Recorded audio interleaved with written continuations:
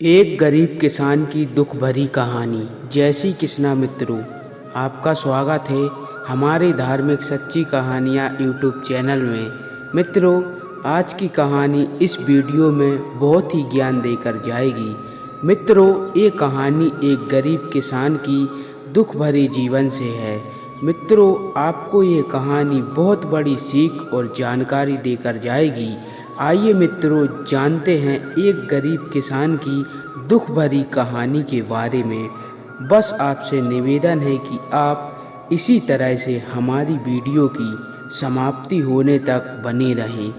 और यदि आप हमारे चैनल पर नए मेहमान दर्शक बनकर आए हैं, आपने अभी तक हमारा चैनल सब्सक्राइब नहीं किया है मित्रों, तो आपसे अनुरोध है और विनती है कि आप हमारे इस चैनल को सब्सक्राइब जरूर कर लेना और घंटी वाला बटन भी अवश्य दबा देना, क्योंकि आपका एक सब्सक्राइब करना हमारे लिए बहुत महत्वपूर्ण है। आइए मित्रों, आपका कीमती समय बर्बाद ना करते हुए अब सीधी कहानी पर पहुंचते हैं। मित्रों, एक गरीब किसान की दुख भरी कहानी। एक बड़ा ही धनवान आदमी एक गांव में रहता था। जैसे कि ज़्यादातर पैसे वाले लोग होते हैं, इस धनवान सेठ को भी अपने पैसों का घमंड था। वह जिस गांव में रहता था वहां पर ज़्यादा लोग किसान थे। इन सभी किसानों के पास जितना ज़मीन थी उससे कई गुना ज़्यादा ज़मीन इस सेठ के पास थी। कई गरीब किसान तो इसके लिए इसके खेत में काम करते थे। मित्रों, इसी गांव में मोहन नाम का एक बड़ा ही मेहनती और सच्चा किसान रहता था। मोहन का परिवार थोड़ा बड़ा था। उसके परिवार में उसके बूढ़े माँ बाप, पत्नी और 3 बच्चे जो अभी काफ़ी छोटे थे। मित्रों, मोहन के पास ज़्यादा ज़मीन नहीं थी, लेकिन जितनी भी थी उसमें वह बड़ी मेहनत करता और अपने परिवार का पेट पालने लायक अनाज उगा लेता था। बाकी किसान भी यह देखकर हैरान रह जाते थे, कोई कैसे इतनी सी ज़मीन में इतना ज़्यादा फसल उगा सकता है। मित्रों, एक वर्ष उस गांव में काफ़ी ज़्यादा बारिश हुई, जिसके चलते कई किसानों की फसलें बर्बाद हो गईं, जिनमें से एक मोहन भी था। अब मोहन धर्म संकट में पड़ गया, क्योंकि उसके परिवार में उसके अलावा कोई और कमाने वाला नहीं था और अपने परिवार को भूखा मरते हुए वो देख नहीं सकता था। मित्रों, वह जानता था कि इस गांव में अगर कोई उसकी मदद कर सकता है तो वह वही घमंडी सेठ है, जिसने गांव के कई अन्य गरीब किसानों को या तो कर्ज दिया है या तो अपने यहाँ काम पर रखा हुआ है। हाथ पर हाथ धरे बैठे रहने के बजाय उसने इस सेठ के पास जाने का फैसला किया और एक दिन उनके पास पहुँच गया। सेठ के पास पहुँचकर मोहन बोला, सेठ जी, आपकी बहुत मेहरबानी होगी अगर आप मुझे थोड़ा सा कर्ज दे दें, जिससे मैं अपने खेतों में फिर से कोई फसल उगा सकूं, या फिर आप मुझे अपने यहाँ नौकरी दे दें ताकि मेरे परिवार को 2 वक्त का खाना मिल सके।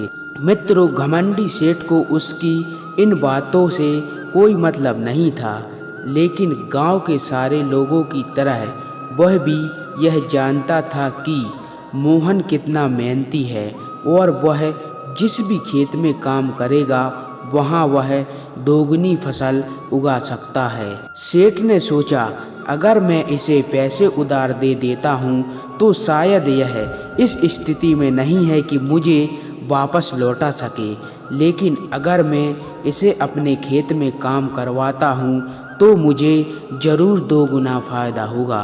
मित्रों, सेठ मोहन से बोला, देख भाई, पैसा तो मैं तुझे दूंगा नहीं और मेरे पास अभी खेत में काम करने के लिए कई किसान पहले से मौजूद हैं, लेकिन तुझ पर तरस खाकर मैं तुझे अपने खेत में नौकरी देता हूँ, पर मैं तुझे इसके लिए ज़्यादा पैसे नहीं दूंगा। बाकी किसानों को मैं 300 देता हूँ, मैं तुझे 200 ही दे पाऊंगा। मित्रों, मरता क्या ना करता, मोहन ने सेठ की शर्त मान ली और उसी दिन से सेठ के खेत में काम करना शुरू कर दिया। 2 महीनों तक नियमित वो सेठ के खेतों में जाकर कड़ी मेहनत करता और देखते ही देखते 4 महीने का काम उसने अपनी मेहनत से 2 महीने में ही खत्म कर दिया। मित्रों, सेठ उसके काम से काफ़ी खुश था, लेकिन वह कभी उसको यह जताता नहीं था।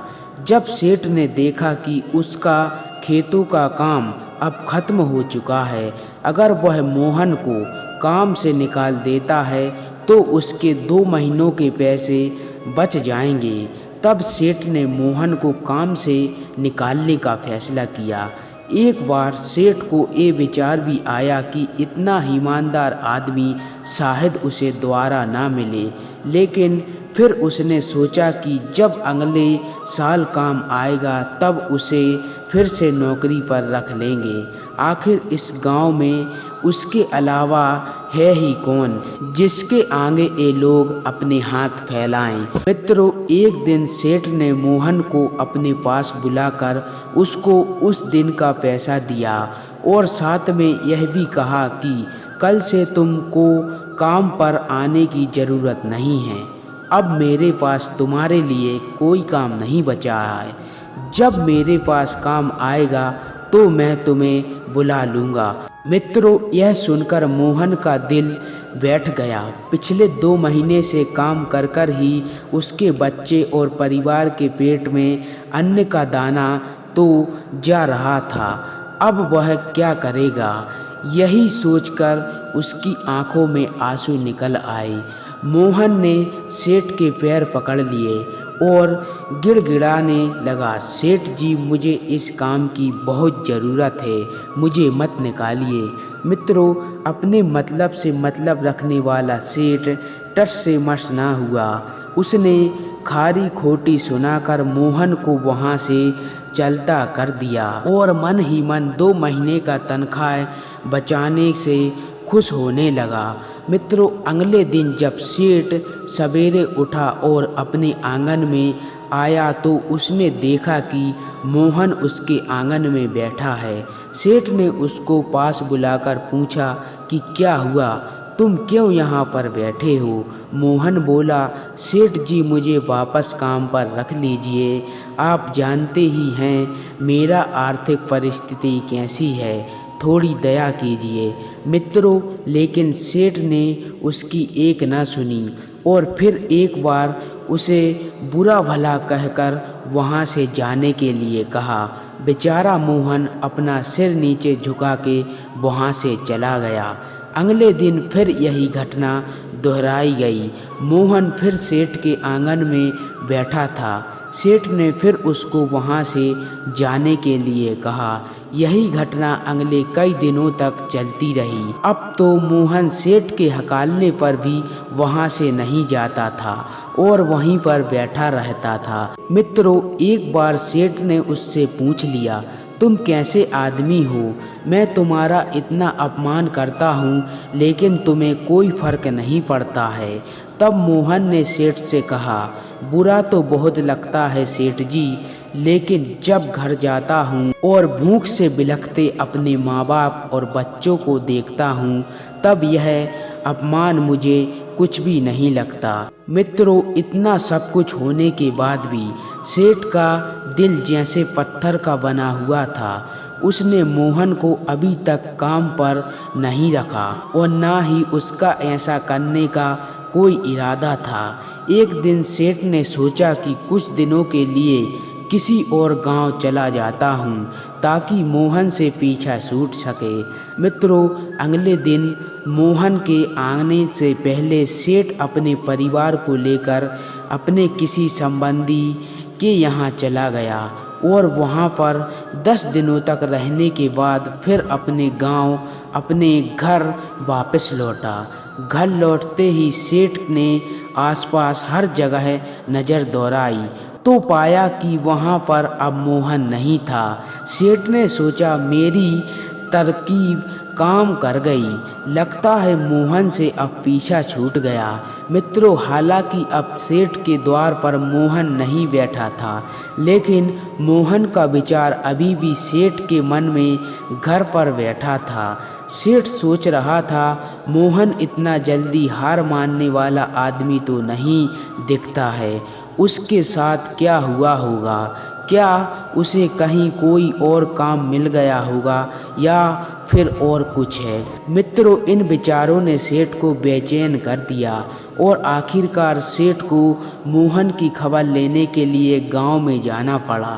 सेठ को मोहन का पता नहीं मालूम था, इसलिए अड़ोस पड़ोस के अन्य किसानों से पूछने पर पता चला कि मोहन घायल हो चुका है और अपने घर पर आराम कर रहा है।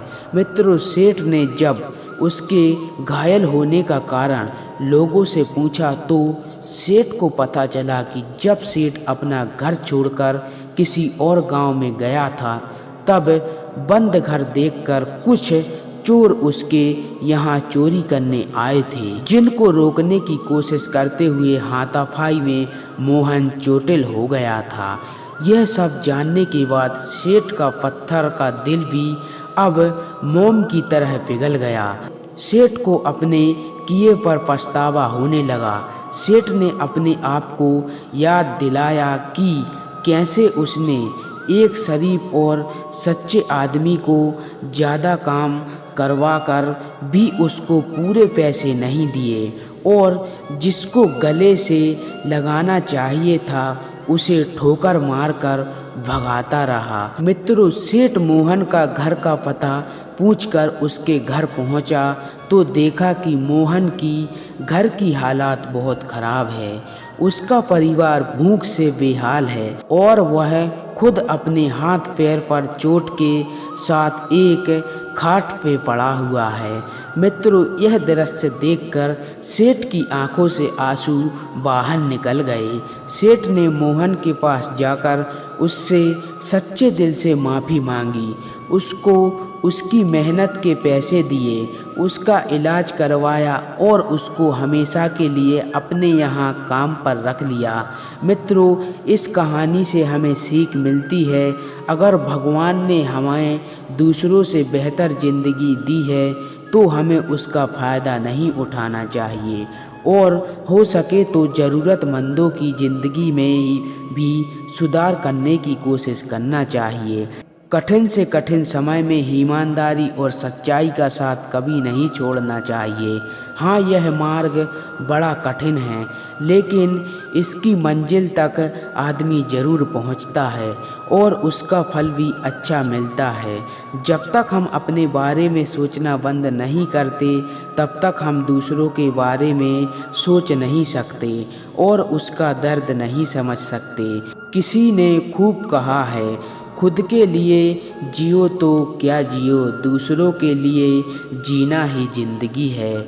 मित्रों, यह कहानी आपके लिए कैसी लगी कमेंट बॉक्स में ज़रूर बताएं और वीडियो को लाइक करें और चैनल को अवश्य सब्सक्राइब करें।